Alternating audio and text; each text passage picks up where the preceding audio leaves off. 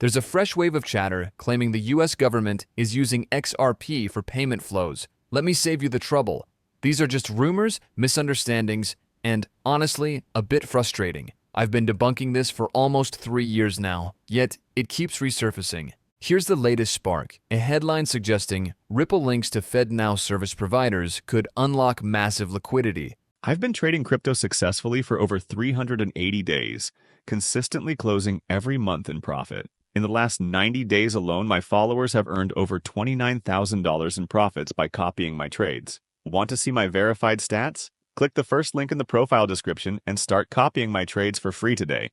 Sounds exciting, right? But here's the deal. The original social media post that triggered this crypto media frenzy never actually claimed XRP is being used. Credit where it's due. Still, the mention of Ripple has led many to assume XRP is involved, and that's where the misunderstanding begins. Since this is an XRP-focused channel, I feel it's my duty to clear things up. Let's break it down, separate fact from fiction, and figure out how these wild claims keep gaining traction. Quick disclaimer before we dive deeper, I'm just a crypto enthusiast sharing opinions for fun. I'm not a financial expert. Don't make any trading decisions based on my videos. Now, back to FedNow. It's a real-time payment system in the US, and while it's a fascinating development, it's not what some people think. Let's dig into the details and set the record straight. FedNow, a real-time payment system by the Federal Reserve, enables instant domestic money transfers for US transactions. However, despite years of speculation, XRP has no involvement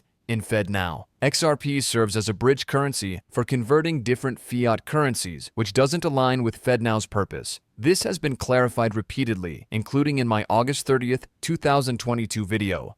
XRP influencers misleading you. FedNow doesn't use XRP, where I debunked baseless theories claiming XRP had secret ties to FedNow. That said, Ripple's potential indirect connections to FedNow service providers are worth discussing. Crypto Basic Research and FLR Moon, whose post has 132,000 views, explore ties between Ripple and companies supporting FedNow's infrastructure. If these connections hold up, they could boost XRP's liquidity ecosystem. Exciting, but not evidence of XRP's direct use in FedNow. FedNow aims to modernize US payment systems with 1,200 live participants and plans for 8,000 institutions, not the often cited 10,000. While Moon's analysis is thorough, caution is needed to avoid misinterpretation. Ripple's connections to FedNow service providers are intriguing, but let's not jump to conclusions just yet. Let's dive into some insights about FedNow and Ripple's XRP. Did you know there are nearly 10,000 financial institutions in the US, but only about 9,200 actively use Fed services?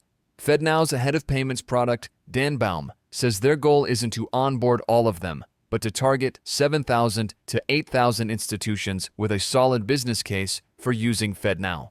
Now, onto Ripple and XRP. While Ripple is a major player in fintech, making XRP a widely adopted bridge currency is still a steep climb. It's not about Ripple's custody business or RLUSD ecosystem, but whether XRP can secure a larger share of payment flows. Ripple is active in global payments, but for XRP holders, the key question remains: how much of this will translate into real value for the token? The path is far from smooth and requires more than just wishful thinking. Some imagine a flip-the-switch scenario, where Ripple partners with FedNow, plugs into banks via an API, and everything falls into place. But it's not that simple. Offering an API doesn't guarantee adoption. Making a service available is one thing. Getting people to use it is a different challenge. From 15 years of running a business, I've learned that being approved or available doesn't mean instant customers. It takes deliberate marketing and sales efforts to drive adoption. Similarly, Ripple's success in the banking world will require more than technical readiness. It'll need a strategic push to overcome the complexities of real-world implementation. Nothing changes overnight. Being listed as an approved vendor doesn't mean people will instantly shift their approach. It's not that simple.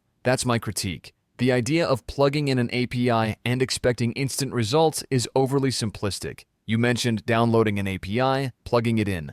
Then what? How does it work in practice? Let's not overlook the complexity of working with diverse partners, many handling tasks unrelated to cross-border payments. Are we talking about messaging integration, or XRP as a settlement layer. Ripple's proprietary tech makes XRP function as a bridge currency, but their sales team plays a key role in driving adoption. Those efforts don't disappear just because an API exists. The challenges remain. Ripple's growing integration with large systems is important. Network effects and collaboration with financial institutions are promising. But does this directly mean XRP is being used as a bridge currency? Ripple now has multiple revenue streams, like RLUSD and custody services. The real question is, how much of this progress ties back to XRP? APIs alone won't simplify it. Ripple's success still depends on strategic partnerships and sales efforts. And about FedNow, let's be clear, it's a domestic payment system. Plugging XRP into FedNow doesn't make sense. XRP's value lies in cross-border payments, where it acts as a bridge currency for converting one fiat to another. For example, sending money to another country involves Ripple's software, which uses XRP to seamlessly convert currencies like USD to an exotic one. But with FedNow, there's no bridge to cross. It's all dollars within the US. XRP isn't needed here. Bottom line, XRP excels in global remittances, but has no role in FedNow. Flair Moonigan isn't claiming that XRP is being used in the FedNow payment system, because it's not, and it won't be. But many people misunderstood his message, which is why I wanted to clear things up in this video. To illustrate, someone commented on his post saying, "Bro, this is top-grade research. I appreciate your hard work. It's great seeing XRP being utilized in the new FedNow payment system. Thank you." Luckily, Flair stepped in to correct them. He replied, "My pleasure. Just to be clear though, there is no evidence XRP is being used right now for these payments, and it never will be for domestic payments." Here's the deal. FedNow is for domestic US payments, like dollar-to-dollar transactions. Adding XRP into that process wouldn't make sense. It would actually slow things down and add unnecessary costs. Yes, XRP settles quickly in 3 to 5 seconds and costs fractions of a penny, but even then, it would create more friction in a system designed to be fast and seamless. Now, could XRP be used someday to bridge international payment systems?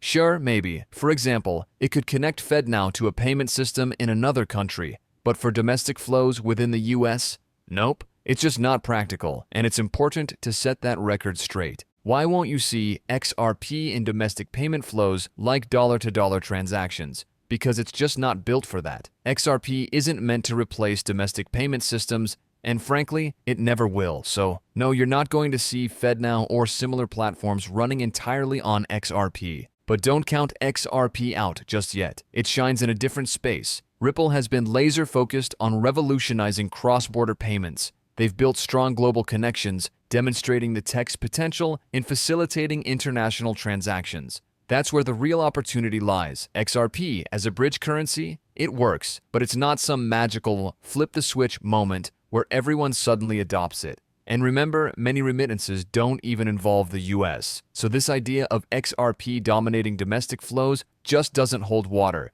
Even if XRP is heavily used as a bridge currency, it doesn't change supply and demand dynamics in a game-changing way. Why? Because for every XRP purchased to transfer value, it's sold at the destination. The buying and selling pressures cancel each other out, resulting in a net zero market impact. Ripple has been upfront about this. It's not speculation, it's just how the system works. So yes, XRP plays a critical role in cross-border payments, but don't expect it to skyrocket in value solely because it's part of the process. It doesn't fundamentally change anything. Selling and buying pressures balance out across geographic regions, smoothed by arbitrage. That's just how it works, and how it will always work. You might ask, so why should we even care? Well, I'm not saying you shouldn't be excited, just that this isn't some flip-the-switch moment where everything skyrockets overnight. It doesn't work like that. Now let's talk XRP. Yes, it's required for these transactions, and that's a big deal. Its functional utility builds confidence, attracting more investors to the crypto space.